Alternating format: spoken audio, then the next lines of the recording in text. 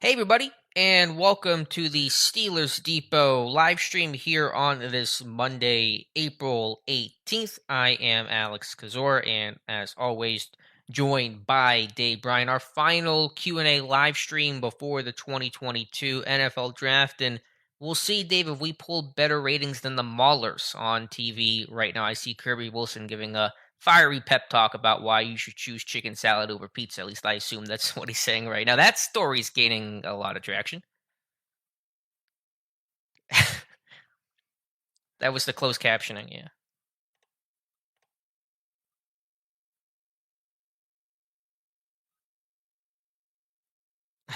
Good deal. All right, Dave. So, as you guys know the drill by now, you guys can ask us questions for the next hour and we will answer them. Let me actually pull up the live chat here and just let me know if you can hear Dave as well. There are some occasional glitches with OBS. I want to make sure that's all good. So, if you heard Dave there, just let me know. And if so, we. All right, sorry. Let me try to fix it. Try now, Dave. Testing 111. Do you hear me now? Do you guys hear Dave? Hopefully. If you don't, then that could be an issue, but it should be good now. So just let me know. And then we can proceed. Mutated genome says good to go. Yes, okay. Sorry All right, about good that. deal. You were making a very funny observation about chicken and pizza before, just for Yeah, the not record. funny at all. Not that funny. Not Well, funny where we have to waste the people's time with it again. what's that? Goodfellas, haha funny or clown funny or Right, I right. wasn't I, sure. I, I, Just I amuse you like a clown. Right. there you go. So again, ask your questions. We'll be here for the next hour. If you want to be guaranteed for your question to be asked and answered by Dave and myself, you can send us a super chat, and that will move you to the front of the question line as well. As a reminder, this upcoming Sunday, the 24th, Sunday, 8 p.m. Eastern Time, I will be doing a mock draft with Walk the Mock as one of the 32 real life GMs picking for the Pittsburgh Steelers, a 4 round mock draft with trades included. So I'll be live streaming that on this channel, and you guys can come hang out with us and help me make picks for the Pittsburgh Steelers. So just wanted to mention that. We'll get into the questions here, starting with our good friend Mutated Genome. Good to hear from you. Says, hello, Dave and Alex. Have you watched any of Trubisky's NFL tape? If so, do all of the top quarterbacks in this year's draft have a higher ceiling than his? That's a tough question to answer when you're basing some NFL tape and resume off of just a college resume. I don't find Trubisky's ceiling terribly high. It's best case scenario in Pittsburgh. It's serviceable starter for 1 to 2 years, and so generally I would say the upside of the Willis and Corral, even Howell, are higher than that. But that is a tough one to try to compare 1 to 1. Yeah, look, I mean, you don't know until these guys get in the NFL. You can try to look at these traits the best you can and try to project. I do think that the three that you mentioned there, obviously being Willis, Corral, and how of all the ones in this year's draft have the highest uh, area or the most room to potentially grow. Obviously, you would think a guy with Willis, you can envision his ceiling possibly, and I use that word carefully, possibly being the highest of the bunch there. But it's going to take 2 or 3 seasons into their rookie seasons before you got a pretty good understanding what each could do. And I think overall, I think you got a pretty good feeling of what Mitch Trubisky is and isn't right now. And look, the only way the Steelers are going to win games, I think, when Mitch Trubisky in 2022 is make his job easier, and by that they're going to have a much better running game this year. They're going to have to be able to rely on some more play action. They're going to have to rely on Trubisky pushing the football down the field more so or with success, and then they're going to have great defense. I mean, there's no two ways around it. The Steelers' defense, overall defense, both run and pass defense, is going to be the biggest determiner on whether or not this team wins the AFC North. Mm-hmm. So, can they win games with Mitch Trubisky? Absolutely, they can. But is he the kind of guy that I think people are going to be talking about in the next 2 years as being a top 12, 13 quarterback in the NFL? Personally, I don't think so based on what I've seen of his Chicago Bears tape. Yeah, that's a fair assessment overall. I think you make the really astute point about the importance of this defense. They're going to be the ones driving this team this year, regardless of what the team does or does not do quarterback wise in the first round. Trubisky's still going to be your starter, and this defense is going to have to find ways to, you know, win field position, take the ball away, keep the score down, play great situational football, third down red zone. That's true for any team, but especially just the overall makeup. The way the Chiefs can play defense and get away with things is much different than the way Pittsburgh can afford to play defense. Do want to mention here, I'll get back to the questions here in a moment, but I just want to talk about some of the news today about Deontay Johnson. Reportedly, according to 93.7 The Fan, he was not there for the first day of voluntary team workouts. Johnson, as you guys see on screen right now, appears to be subtweeting in response to that, saying things like, don't believe everything you see. If they don't have a story, they're going to make one. So, wanted to kind of quickly take your temperature on that. I'm sure a lot of Steeler fans have seen those stories and those comments today. To me, this is use a political term, a nothing burger, but what's your take on it? First of all, do you have a list for me of all the players under contract who are not in attendance today? That would be a great place to start. And obviously, I'm being funny there because there's no way Alex can provide that, and the team's definitely not going to provide that either. Another thing is they call this voluntary offseason program for a reason. If the guy feels more comfortable, now, yeah, in a perfect world, would you like everybody under contract to be in the building working together to build the quote unquote team unity and all that hoopla that goes along with that? Absolutely, you would. But come get me when he misses a mandatory minicamp session. And the OTA sessions are obviously before that. And with the new quarterback in Mitch Trubisky, obviously you would hope that a guy like Deontay Johnson would be present for the OTA sessions that start in May.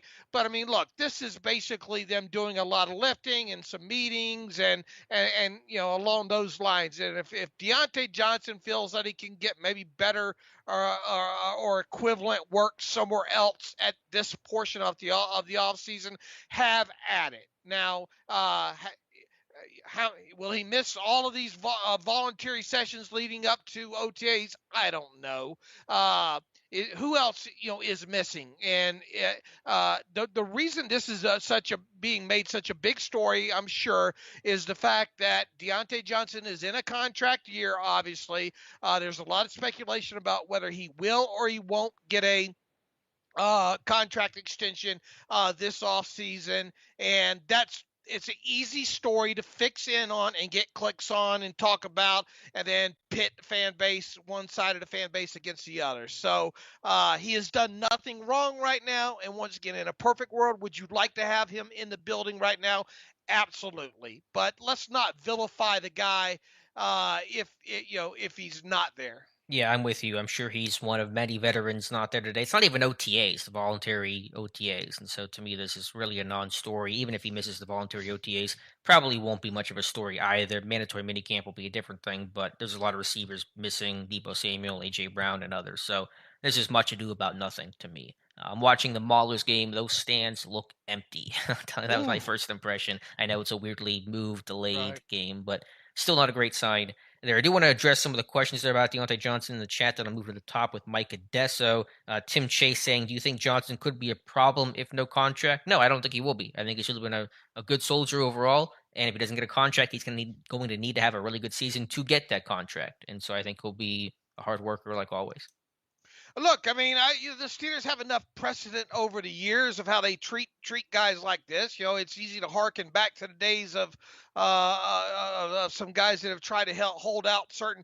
He doesn't have much of a leg to stand on, really. At this point, it's not like it's a franchise tag year or anything along those lines. I mean, could he technically hold out? I mean, I guess, but he's not going to get anywhere with the Steelers by doing so. He better be prepared to sit out, Yeah. the entire season if he holds out at all. And obviously, once he gets into training camp, anything mandatory, that's where fines come into play and all like that. So, I mean, never say never. But if he does, surely I wouldn't think that his agent would advise him to go that route, especially with all the precedent that the Steelers have in situations such as this. I mean, this is a guy that's going into a contract year. It'd be a little bit, as we've seen in the past with players that have been wearing the franchise tag, he needs to get himself in a position where he could potentially wear the franchise tag, and that would mean having a great 2022 season and make the Steelers' decision difficult with him. Now, all that being said, I mean, there's still an outside chance the Steelers could get into training camp and sign him to a deal. And I see some people out there writing that he's unhappy with the offer right now. Alex, honestly, answer me this: do you think the Steelers are dealing with any other guys working on long-term that might get long-term deals at this portion of the offseason? Doesn't Kevin Colbert tell us every year at this time that right now we're focused on free agency and then the draft, and then the other stuff of that rest of that business happens later on in the summer? Yeah, first answer to your first question is no, they're not working on a contract. And the second answer is yes, that's what Kevin Colbert says. Unless you are in that rare group of obviously a quarterback like Ben, Antonio Brown. If Minka hasn't gotten an offer, I promise you Deontay Johnson has not gotten an offer yet. Right. And I mean, it's par for the course for the Steelers. They Right. usually don't start talks with non-quarterbacks in these situations until really right around training camp get started and stuff like that. So nobody has any sources on these quote unquote reports that Deontay's unhappy that he got lowballed or something like that. That's a bunch of BS is what it is. Yeah, I'm with you as well. So not too worried about any of that stuff right now. Let's see. Yeah, Dill Witt was saying I thought didn't think Deontay was in a contract year already. He is. He'll be. This is last year of his rookie contract, so he is. In XC6 saying Deontay been working with Route God all off season. He's going to be fine. Yeah, I'm not too worried about Deontay Johnson. That's a really good trainer to work with. By the way, Tampa Bay scored on their opening drive. They lead Pittsburgh 7-0. All right, back up to the questions here from Mike Adesso. I told you Todd Haley's going to cover this number.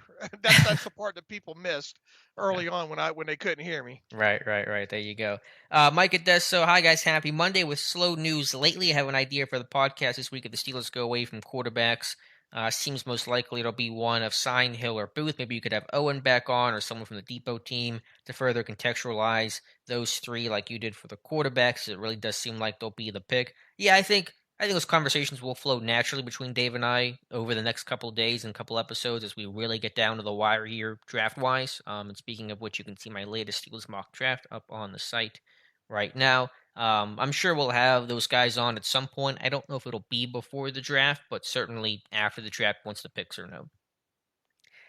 Jason Council, hey Dave and Alex, what do you think about a receiver in the first? I know I heard a couple reports about them not being, quote, all in on a quarterback in the first. Lots of great receivers in this class. Yeah, and that could be one of the reasons why you may wait till day two. Pittsburgh, generally speaking, has gone more of the second and third round receivers with a large amount of success overall, especially in recent years. Only 2 receivers taken in the first round ever under Kevin Colbert, his first ever pick, Plexico Burress in 2000, and Santonio Holmes trading up for him in 06. So receiver in the first round is possible. I have a little tough time identifying the name. George Pickens to me makes the most sense, although some people argue that he is not worthy of being taken that high, 20th overall. If a Jameson Williams were to fall, he would fit beyond that. The Ohio State kids not having Tomlin Colbert at the pro day makes it a bit of a tough fit overall. But I think day 2 is where you're going to see that receiver more likely come in.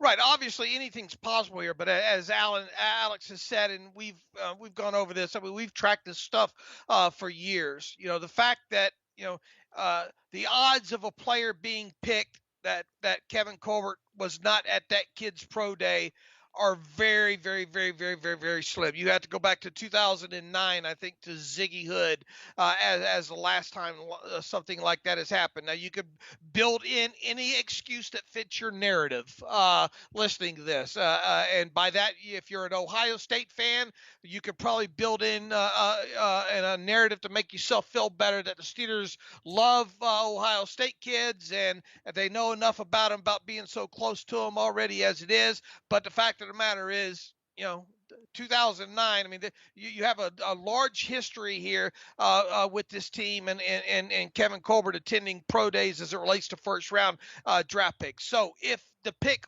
were to be a wide receiver, as Alex mentioned, you would think it would come from a school like Georgia or Alabama or Clemson, or one of these top schools. Definitely one of these schools that Kevin Colbert went to the pro day on. Yeah, and so that's why I'm lower, and just because the depth in that class is so good, makes me think that's where Pittsburgh's going to stay with their value selections in the second, third round. So appreciate you guys being here. If you guys could like the stream, it would help us out quite a bit. And I think there are, no joke, probably more people listening to us right now than watching the Maulers game. I'm looking at the stands, and there might be about 50 people sitting in this. I just saw Travis Feeney. Oh, did you? Yeah, There's a name for you. On defense, playing for Todd Haley. Todd Haley's got more former Steelers players, I think, than Pittsburgh does. I think so. Why did they take Travis Feeney? Why was a lanky, like 230-pound, injury-plagued pass rusher supposed to be a good idea in Pittsburgh's system after like drafting Lamar Woodley and having James Harrison? Why was that felt like a good idea? Didn't see that coming for sure back then. Got a super chat here from our buddy Chupa Thingy 6173. Did you see the tweet from Warren Sapp earlier where a quote anonymous GM said he could see the Steelers mortgaging the house to move up to top 5 for a quarterback? I actually have not seen that. I don't follow Warren Sapp's timeline, if you can believe it or not. But listen, I don't even know what to do with that. Who knows if that's true or not? Even if it is true, that just seems like a GM saying, "Oh, I could see that happening. I could see a lot of stuff happening in the draft." I think for Pittsburgh, the draft does start at 5. Do you potentially try to go crazy and get ahead of Carolina? Do you go to Giants at 7, the Jets at 10, Vikings at 12? All possibilities. So we'll see what happens. Rumors. We're about within that 2-week mark. I'm surprised some of that crazy medical stuff hasn't started yet. Good point. It probably will be happening soon. Jay Molnar, hypothetically, if you were to trade Deontay, what kind of compensation would you want? Someone asked me if you get a first-round pick, specifically the Packers pick at 28 for Deontay. I think a first-round pick for Deontay is going to be tough to do, knowing you have to pay him, 18 to 20 plus $1 million on that contract. I think probably a second-round pick and something else for Deontay if I had to take a crack at it. I haven't thought much about it at all in terms of what compensation would be justified, but I would say, let's just say a second and a fourth. As I've said all along, and I bet people are starting to maybe pay a little bit of attention to me, and I just merely floated the idea out, a couple of weeks ago, and the only way, once again, that I could foresee Deontay being dealt would actually be during the draft, and it would be as some sort of trade-up package for the Steelers to move up into the first round. That is the only scenario I could see at this point with the team dealing Deontay. I mean, if you get past the draft, then really, to me, it doesn't make a lot of sense unless you were to be able to get, a future first round draft pick for him at that point. And I don't think a team is ready to give up that kind of future capital for Deontay. And as you mentioned, you would have to turn around and probably get permission to work out an extension with him before even making such a deal.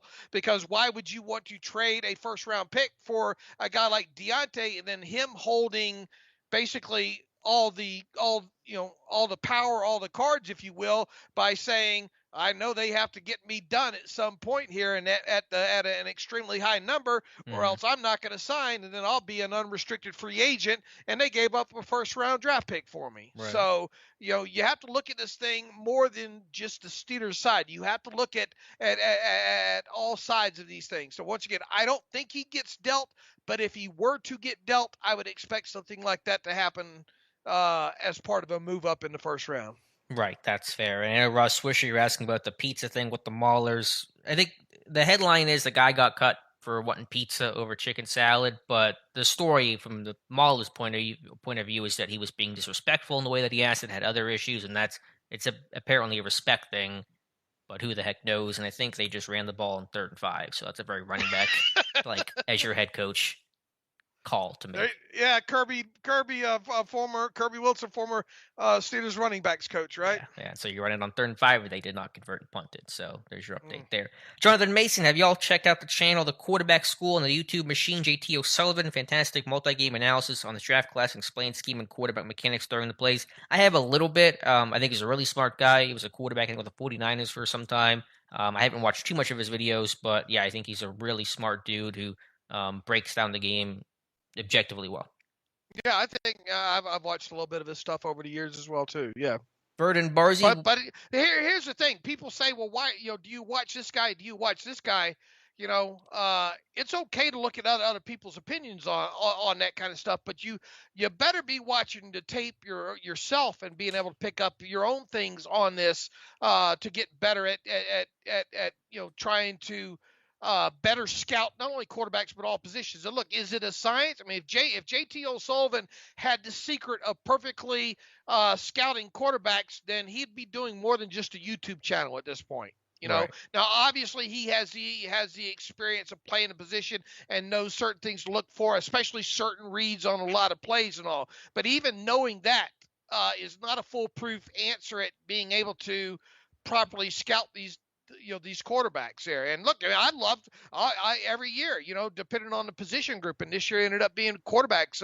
I try to find everything Greg Cosell records in podcast interviews when talking about classes at certain positions. And once again, this year, the quarterback position, I've heard him do 3 or 4 and sought those interviews out as well too, because I like to hear his opinion on the quarterback class. Yeah, and Cosell's on tonight, 9:30 Eastern time for their NFL matchup draft edition show, correct? Is that tonight or tomorrow? So tomorrow, I forget what you said. I think it's tomorrow. Tomorrow, okay. So tomorrow you'll hear Cosell and Bowen and Southpaw on a time that is not 4 a.m., which is a nice change of pace. Super chat here, $2 from DTG108. Thank you so much for the super chat. Would you be happy with Jordan Davis at pick 20? Sure. I don't think he's my first choice if I had to list out like my best case scenario picks, but Davis is a great player that I think does to an extent fill a need. And I think we focus so much on the positional value and those things in the draft, and that's important. It's a component to look at, but I just want good players. If you draft good players in the first round overall in your draft, you'll make it work. Your team will be better off for it. I think Davis is a good player. I don't expect him to be there at 20. You think of where guys like Vita Vea went and who was the other one? Christian Wilkins went. Those guys went even higher than number 20. I think Davis will be a top 10 to 15 type player, though. Oh yeah, I mean, look, I don't think there's many people that would turn their nose up if that wound up being the pick, but it would probably be a bit surprising. And Mike Tomlin even said as much at the pro day earlier this year that he's going to be thinking that Jordan Davis has long since hugged Roger Goodell by the time the Steelers pick at 20th overall.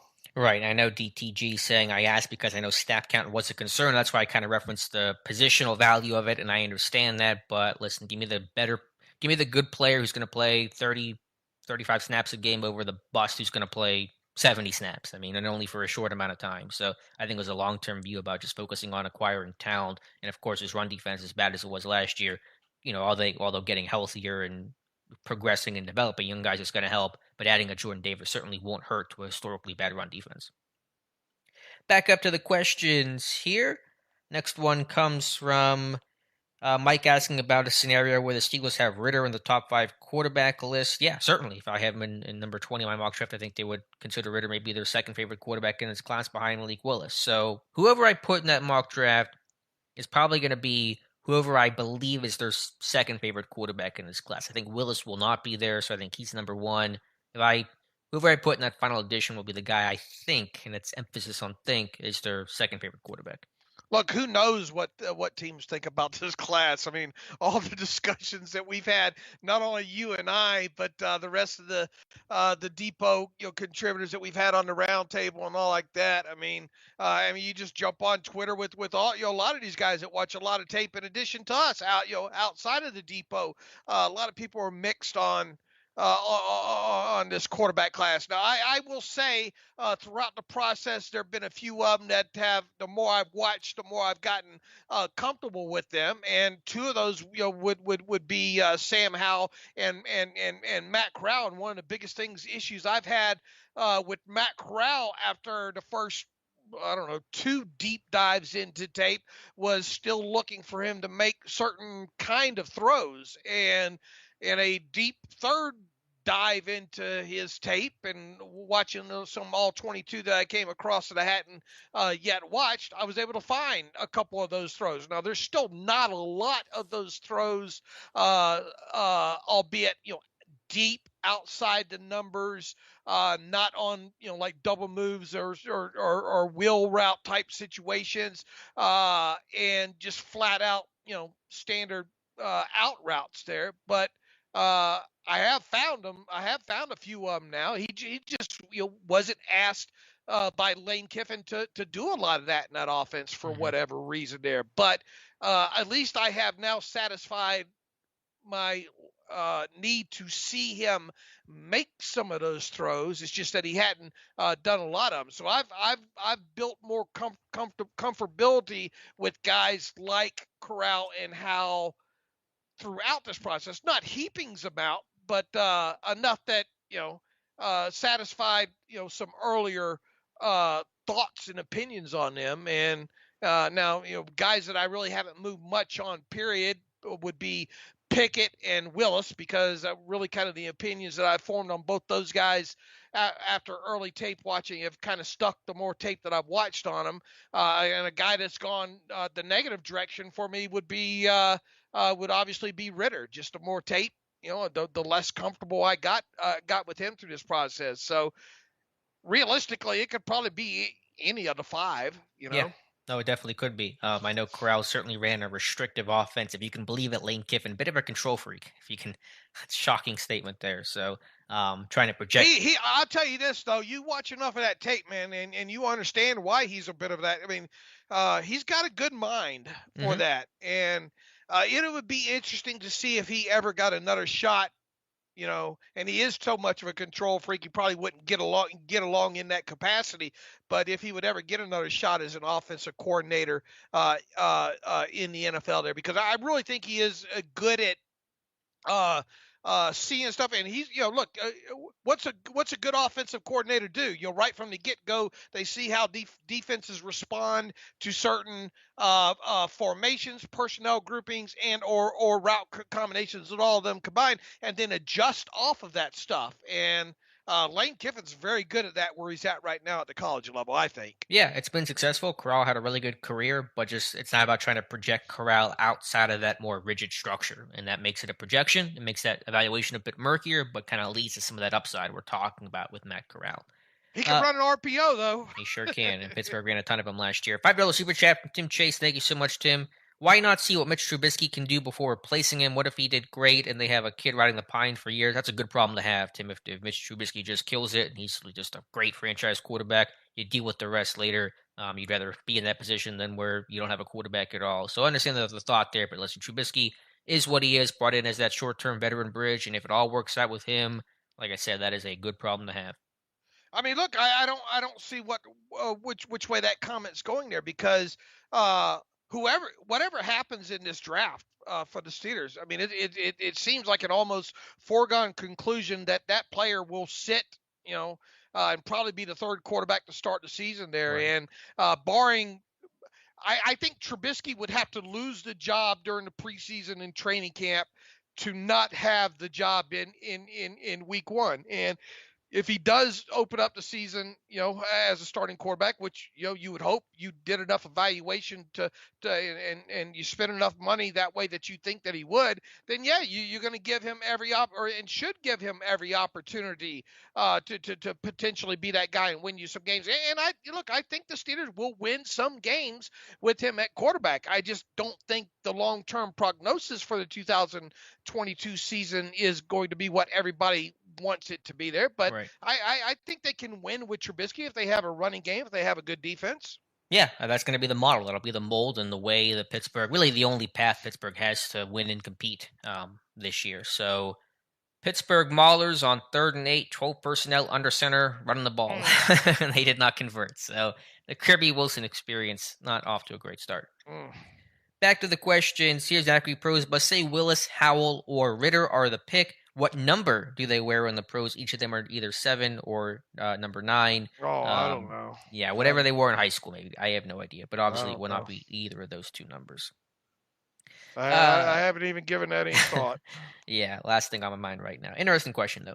Keegan Lynn, is Rudolph Trubisky battle 50-50 or more like 70-30 Trubisky in terms of winning the job, assuming we don't draft a quarterback early? Yeah, I think Trubisky is the front runner right now, probably in those 70-30, 75-25 terms. Even if they draft a quarterback, Trubisky is going to have the best odds to start week 1. I know you're more like sit the rookie no matter what. I'm a little less rigid in that, but I still think Trubisky, at least in Pittsburgh under Tomlin, is going to be the clear favorite to start. Oh no, I mean I think that as well too. I don't know where you got otherwise. Well, I was saying in terms of the rookie, like you're more of the mindset like the rookie almost has to sit. Like you really prefer just even in just generally speaking, like rookie sitting, you're number 1. Well, at least for half the season, I would think. Right. You know, now if you got in a situation where you're, I don't know, 2 and 8, 2 and 7, something like that, and if you'd like the way that maybe the rookie has been progressing in practices and stuff like that, then yeah, I think you at some point when you deem that you're no longer going to have a legitimate chance at making the playoffs, then yeah, I would try to get that rookie some snaps at that point there. Now on the flip side there, I don't want to David Carr him, right? Sure. That kind of situation there on top of it. I want to set him up to succeed as much as he possibly can in a situation that he's in there. And once again, I hate telling people the story, and it's funny how things worked their way, worked out the way they did there. But Kevin Colbert will tell you the story from now until the end of time that the original plan was for Ben Roethlisberger to be the number 3 quarterback his rookie season, and obviously injuries played a role in that not happening, and the rest, as they say, is history there. But the odds of a repeat of something like that happening again are probably slim, and maybe not so much from the injury standpoint, but expecting a kid to come in and kind of having the success that Roethlisberger did his rookie season. Now, let's not forget the Steelers had a hell of a running game and a pretty damn good defense back there as well too. So if you can convince yourself of those two things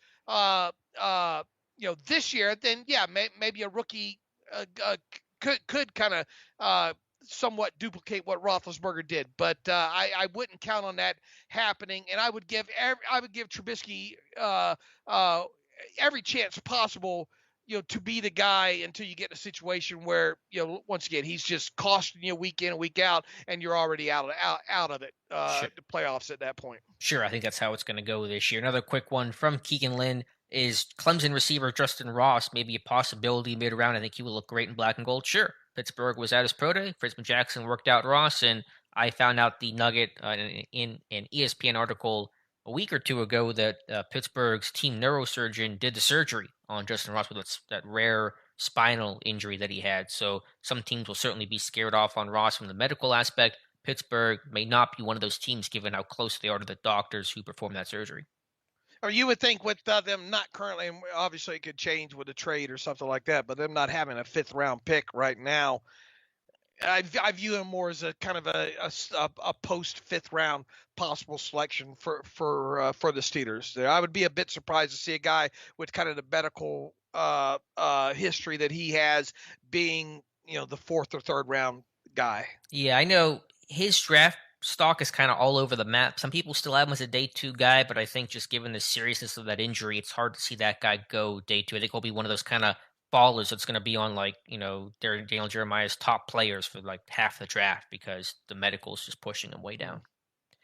Mark Ralston, I hope Steelers draft turns out exactly like your mock draft. I hope so too, Mark. I'll feel smart about that. I don't think it's going to happen, but I appreciate the thought. Shaquille Gregory. It would be a first. It would be a first. It's like a perfect March Madness. You should quit after that. I will quit for sure. So no one should be rooting for me to be right unless you hate me. in which case you should. Shaquille Gregory, would you be willing to take a flyer on Carson Strong in the 3rd or 4th round instead of taking a quarterback in the 1st? Dave, would you rather have Strong mid-round or a quarterback in the 1st? Look, if you don't have confidence to draft one of these guys in the 1st round this year, if that's where you're at, then just leave it alone. You know, uh, uh, I, I just can't see what the gain is to get a guy like Carson. So, and look, and as I said on the podcast as well, I'm a huge Carson Strong fan. I'm going to be rooting for him at the NFL level after watching so much of his tape and loving that air raid offense and all like that. But I mean, if you're solely in this draft to get a what looks to be maybe a career kind of backup there. I just don't see the usefulness in that when you can pull a veteran off the street for a near minimum salary to kind of do the same thing for you. So if you're not going to draft a quarterback with the potential truly in your heart that he can be the franchise guy, which normally means 1st round, then just save the pick and go somewhere else with it. Yeah, I'm largely with you. And again, it's the medical history, the long-term health of Strong in those knees. You saw what happened to Ben when those knees went. Everyone talks about the elbow and the arm and the surgery, but to me, it was the knees that were the bigger physical hurdle in the end of his career. And Strong's knees are already pretty messed up at the start of his NFL career. Missed this comment here. I apologize from Chloe Smith. Said, Alex, I'm new. How are you? In all caps, I'm doing well. Thank you so much for being here. Hopefully, you're still hanging out with us here for another about 25 minutes. Noxley, who are your favorite non-quarterback prospects at 20 that will realistically be there? No Davis or Hamilton. Favorite prospects. The first one that came to mind was Lewis Sine, the strong safety from Georgia. He is a bit Edmonds-like, but I think a more aggressive and downhill and harder hitter than what Edmonds was, especially coming out of Virginia Tech. He kind of developed more into that. Obviously he got more experience, but I think Lewis Sine is the first name that comes to mind when you ask that question, Oxley. Yeah, I mean that's obviously you would think that if this team didn't go didn't go quarterback with their 1st round, you would think that potentially the move would be to address the safety position with one of the and obviously you can't the listener said you can't include Hamilton into that, but Sign could really be in play when it comes to a pick like that. Which cornerback might fall down to that area, it's hard to say. But I mean, the glaring hole, obviously, with this team right now, as it sits here today, we'll see if that changes before the draft, is the strong safety position. So you would want a guy that, and I see some people, maybe wanting to throw Dax Hill into that equation, and I sort of get it, but I think just basically with what you're probably going to ask Minka to do moving forward, and with kind of what the positional need more so of a box player than anything else. That's why I think Lewis Sine would be the correct answer there over a guy like Dax Hill. But that's, I think, the obvious thing that probably jumps into at least my head and obviously yours as well, Alex. Sine, is it Sine? I don't know how to say it. Yeah, I've heard it said both ways on broadcast. So. Tomato. He's definitely a harder hitter than Hill. He's a little light though. He's like a $199, which is surprising given the play style that he plays with. For a strong safety to be at least listed, I think combine he was a $199, which is interesting note there on him. I have a couple of questions from a variety of people on Miles Boykin from Mike and Tim. I think a couple other people had asked that as well. Released or waived by the Ravens today. Just kind of give me a quick walkthrough, Dave, on why Boykin may make his way to Pittsburgh. Yeah, and I wrote that up this afternoon. It's a name that, I don't know, every 6 months, whether I like it or not, Alex and I are talking about him. I think from the day he was drafted. I think it all starts with a pre-draft visit back in, what was it, 2019? Is that right? Yes. Have we been that many years now? Out of Notre Dame, and I think Kevin Colbert, I believe,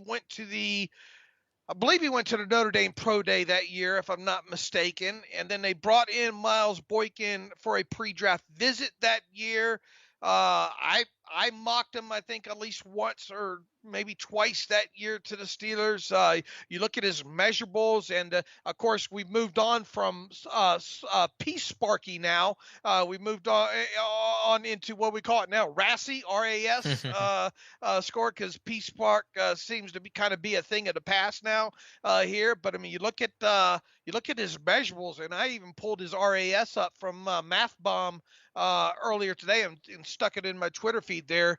That's the kind of stuff that Kevin Colbert that's crack to Kevin Colbert. Pedigree, guys that the team has had past interest in, that are athletically gifted, that can be had on the cheap.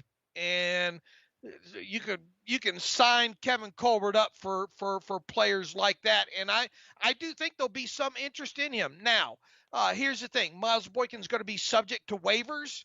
And a lot of people say, well, what's up with the timing right now? Mm-hmm. Well, I'll tell you exactly what the timing is here. The fact is that the Ravens started their offseason program just like the Steelers today. The Ravens have, and there's been a report floating around for the last couple of weeks with the Ravens looking to trade Miles Boykin. And by the way, Miles Boykin qualified for the proven performance escalator in his first 2 years, even though he didn't play much, hardly any last season there. He had already qualified for that. So that made his fourth year salary go over the $2 million mark. And it got to the point where the Ravens said, all right, well, we tried to trade him. Do we really want him in that building working out, running the risk of getting hurt and us being saddled with that $2 million number when odds are probably good that he's not going to make the roster? So that's why the timing happened today on this Monday. I'm almost fairly positive on that. Now, with that, he will be subject to waivers.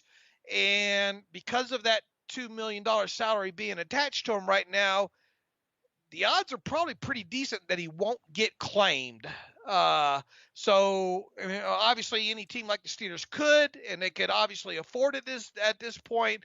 But I think teams, I won't be surprised if he goes unclaimed on waivers and then essentially be a free agent. And then that's when the Steelers will probably call him up and say, look, we got a really good opportunity for you to make the squad here. And, obviously Kevin Colbert already having some sort of relationship with him from the pre-draft process there. So it should be I would not even advise them to claim off waivers because of the $2 million salary there. But if you could get him for what his minimum would be at this point, which would be obviously a lot less than $2 million, what does it hurt to bring another guy like that into the wide receiver room, which right now could use a wide receiver like him that can stretch the field, have some pedigree, and has a little bit of NFL experience to him. So it's something to watch, I think, in the next kind of 48 hours, I think. Right. I think it's a great point. I agree wholeheartedly. And he's played some on special teams as well, I believe. Correct? Yes, he has. Yes, That's he important. has. So And he's got, 7 touchdowns on just 30 NFL catches, and a lot of them are down the field. And if you go back and look, I mean, I watched a lot of his tape because remember, he was a kid that we said at the end, we did the study of wide receivers in the Steelers coming out of college with under 100 catches, right? And he was one of those under 100 catch kind of players there. And but that said, while he doesn't have a lot of catches at the NFL level, I think he's got a couple of drops in there, unfortunately. He still has the speed to separate, and his highlights really look good, as they should, because they're highlights. But on the flip side, he does have some negative stuff on the tape there. He is a vicious blocker, though, too. There's good. The Steelers love their wide receivers to block, so that's another positive on him. It would just be, I'm not saying it was a guaranteed hit, but it would be a very, very low risk add for the Steelers when it comes to Boykin, and that room right now could really use that, I think. Yeah, Pittsburgh's gotten to know him well. He scored against Vince Williams in a really poor mismatch. I guess it would have been 2 years ago. Sure did. So I remember that play in particular from Miles Boykin. Next question comes from Loop the Ridis. There are a lot of so-so inside linebackers and D-line on the team. Is there roster room to add at these positions, or do we wait until next year? It's tougher. It is pretty crowded, but there could potentially be room.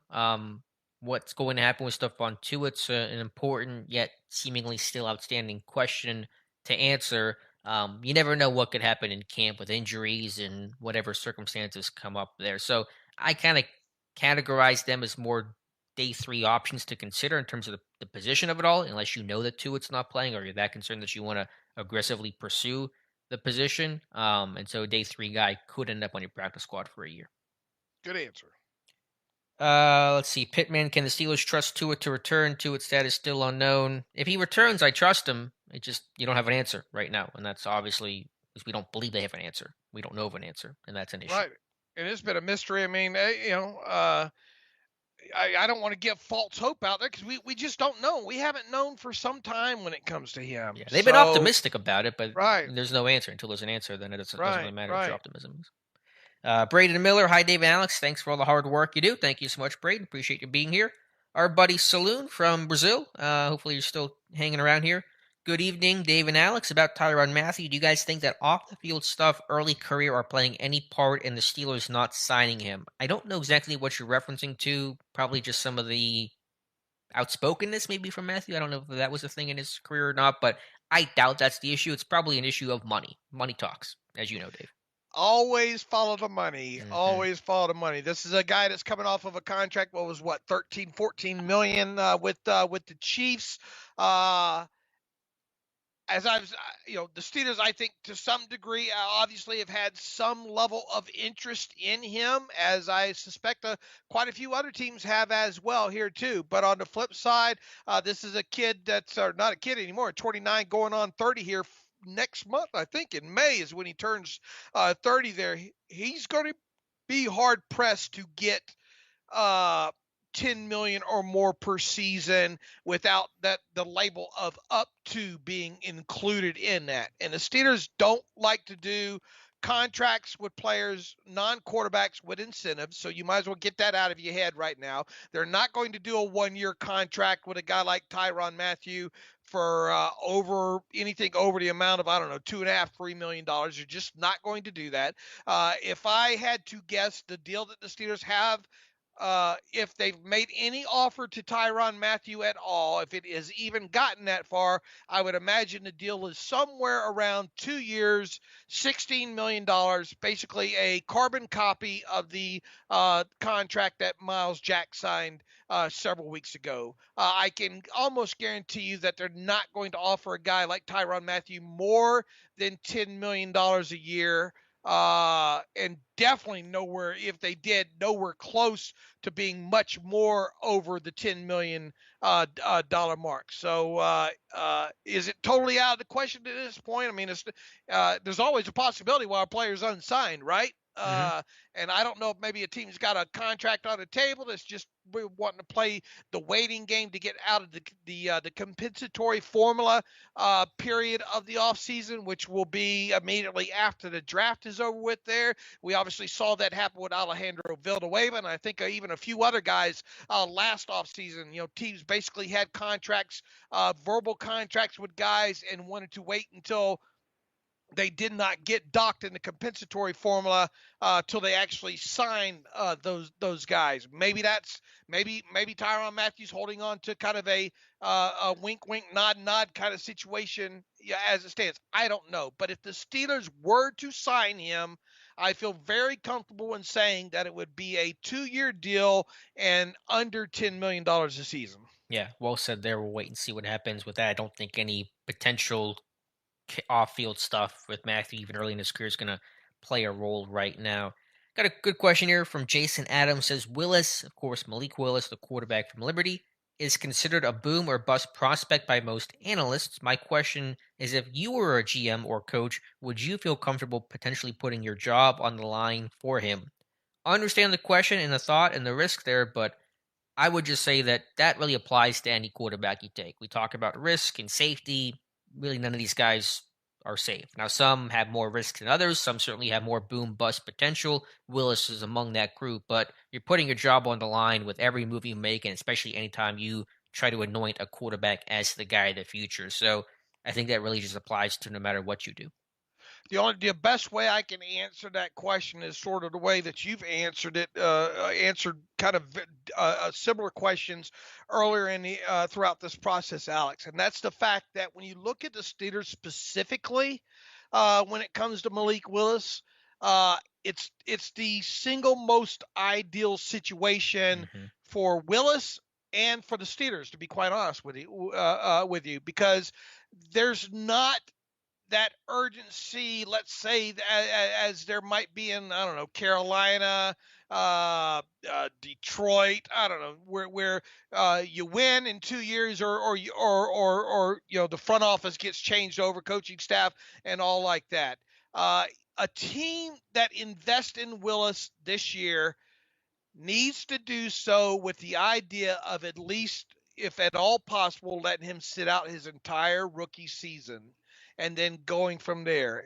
He's the type of kid that you probably want to bring along very slowly in an attempt to maximize what you perceive to be his highest qualities and his upsides in that. So, uh, who cares about the rest of the league? Let's look at it from the Steelers standpoint. And no, I wouldn't view it as me risking my job, because I would feel comfortable in the fact that if, and obviously Kevin Colbert's retiring, yada, yada, but if he weren't having,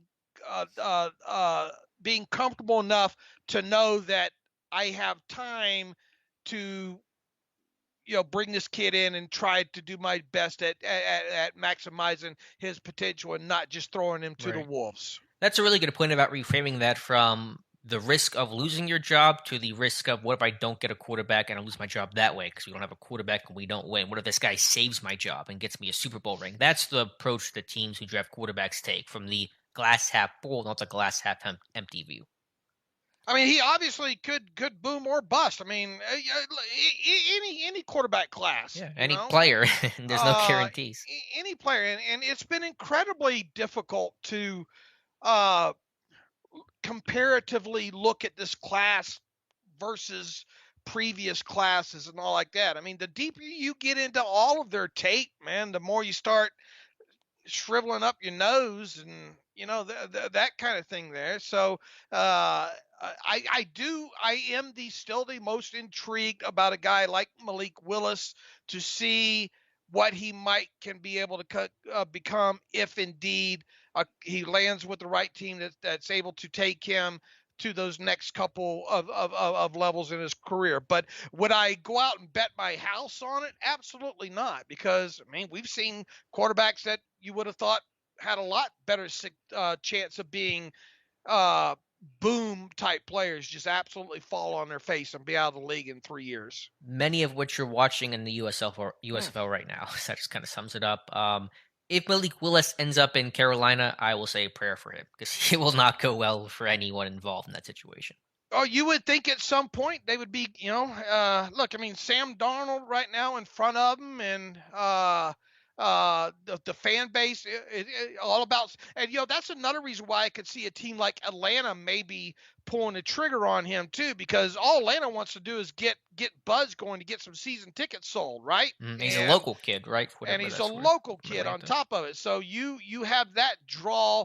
I mean, almost kind of a similar thing with what Vic many moons ago, because wasn't Vic, kind of Virginia kid, close, closer ties to that area and all like that.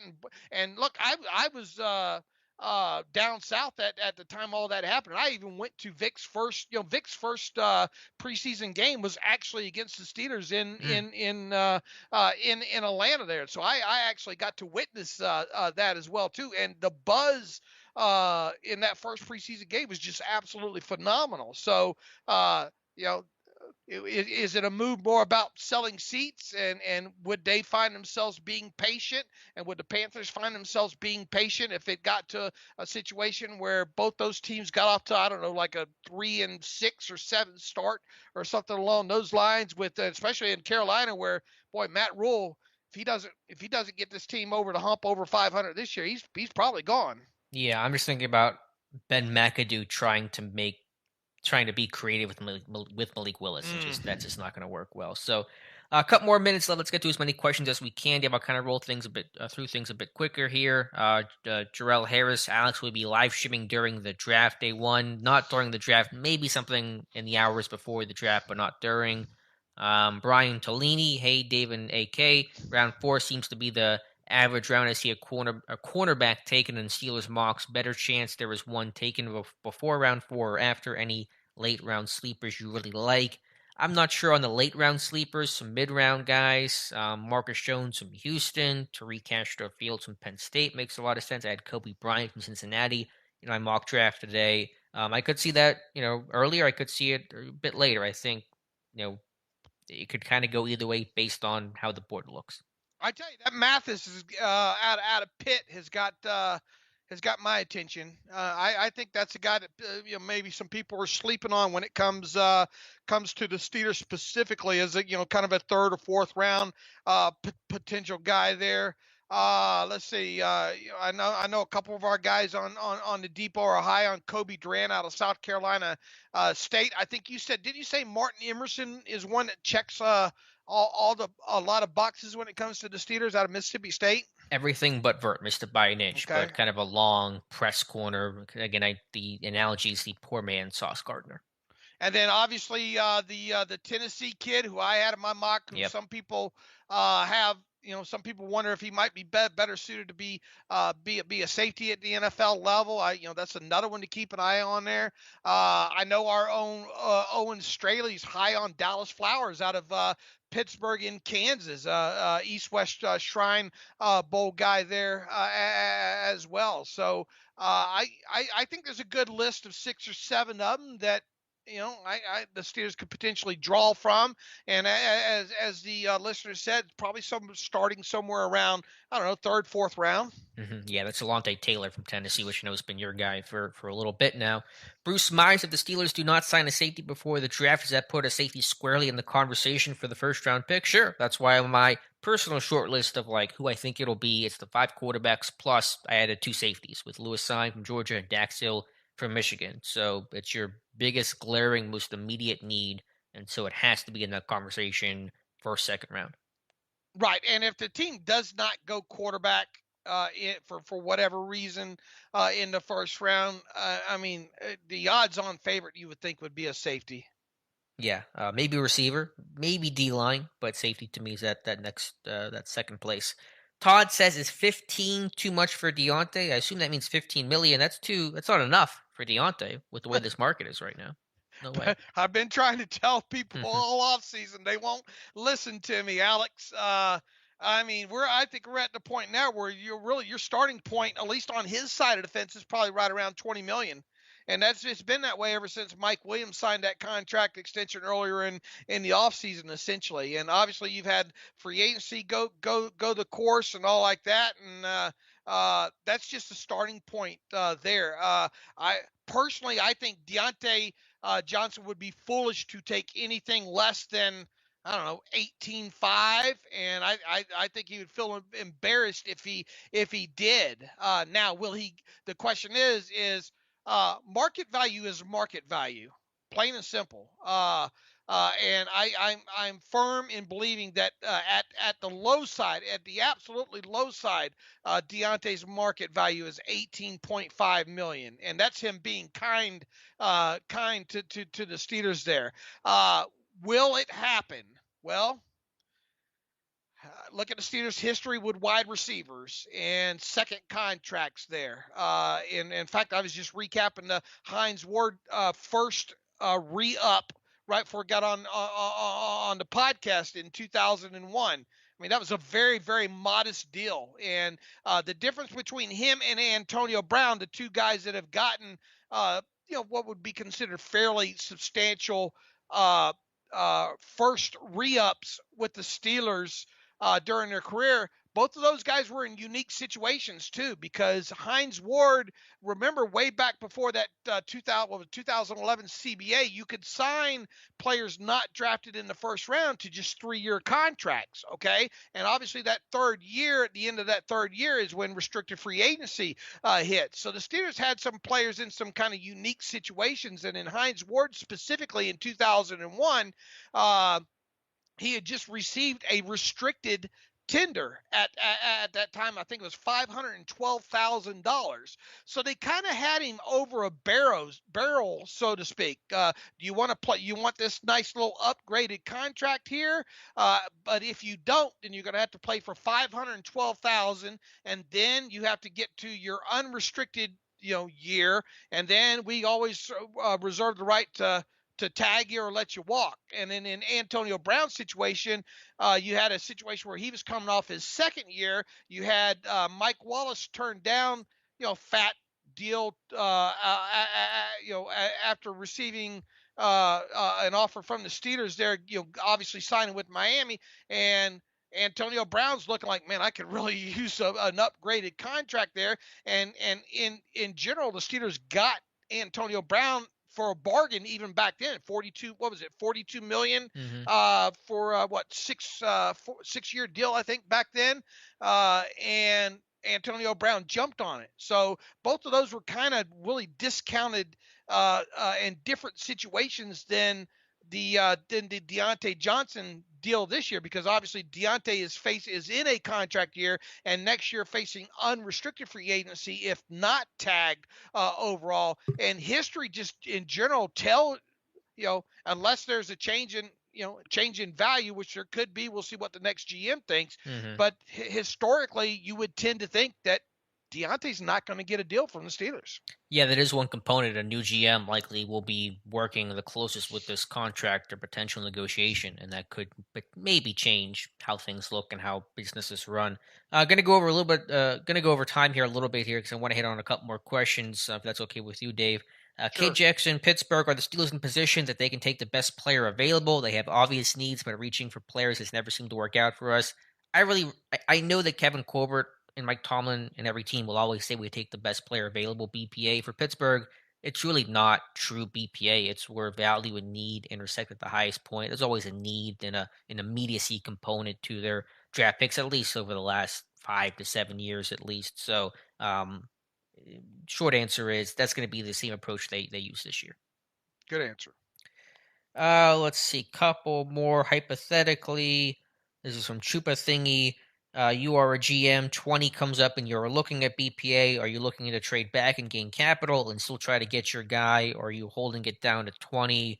It's a tough answer to give without the specifics about who and what and offers and things like that. For Pittsburgh, I know you're asking me what I would do, but for Pittsburgh, their odds of trading down are just small because Kevin Colbert has always said if they go down at all, they have to like as many players and be comfortable taking as many players as they would be trading down. So to move down 4 spots, I got to like 4 guys who, they're comfortable taking in any of those. Comfortable taking any of those guys at that pick. Otherwise, they will not make that move down. So that's why you rarely see Colbert trade down the first round. Has only happened once back in 01 for 3 spots down. So to your question, though, that's just hard for me to answer so generically. Right. Let's see. Let's try to get maybe 2 more questions in here. Let me see if I can find one. This won't count here, but Lauren, where do you think Tyrann Mathieu ends up? I'm really not sure. Saints. I'll just say he stays at home with the Saints. What do you think, Dave?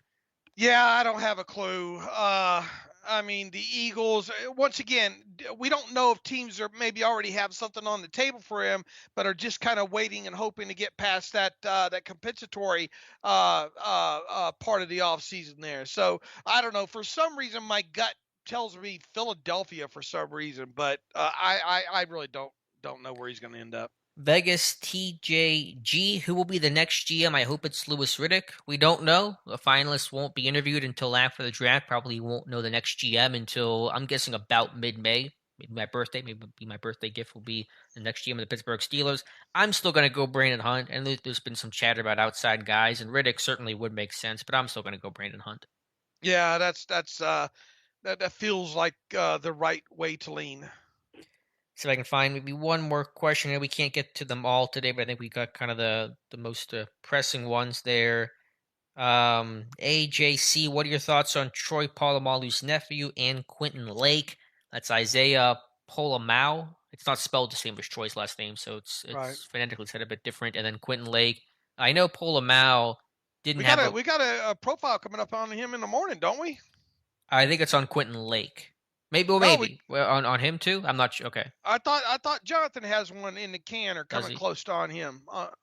Yeah. Okay, I don't know if that'll be for tomorrow. It might be. I'll have to ask him, but soon. And so I know that Tyler's doing Quentin Lake as well. They're both bigger guys. They're not supreme athletes. I know Polamalu had a tougher 2021 season with the Trojans, so I don't know their games intimately well. Lake's kind of regarded as a smart, not super athletic guy, but both certainly will be in probably several day three names in Steelers mock drafts. Right, and Lake, if you got into that seventh round, is a name. If the Steelers haven't addressed the safety position by then, could probably be in play. Smart, a cerebral player, just the athleticism uh, lacks in that area. Yeah. Let's see. Last one. Looks like it's from Mr. Mark 693. Is there any truth of Baker Mayfield to the Panthers? I have no idea. I think the saying is not my monkey, not my circus. And so I'm going to let Cleveland do whatever they want to do with Baker Mayfield because it's a mess over there. I'll be your monkey, Alex. On that note, we want to thank you guys for being here. Enjoy the rest of the Maulers game if you're watching. The Maulers are down 10-0 right now, facing third three. As always, Dave, thanks so much for being here. Next time we'll do a live stream, you and I, we will know who the Steelers draft picks are. So we'll finally have answers to our questions. Yeah, and tell them one more time about you doing the walk the mock real quick so they can join you for that. Yeah, I'll have a video on my channel next couple of days. I'm kind of reminding people, but April 24th, so this Sunday, 8 p.m. Eastern Time, I will be the GM of the Pittsburgh Steelers for Walk the Mock, making the pick in the first four rounds for them. You guys can hang out with us and talk about the picks and help me, advise me and be my assistant GMs on who Pittsburgh should pick. So it'll be this Sunday, April 24th, 8 p.m., and I will live stream it on the channel. So thank you guys for being here. Appreciate your time. Please like and subscribe if you have not done so already, and we will talk to you soon. Peace and love.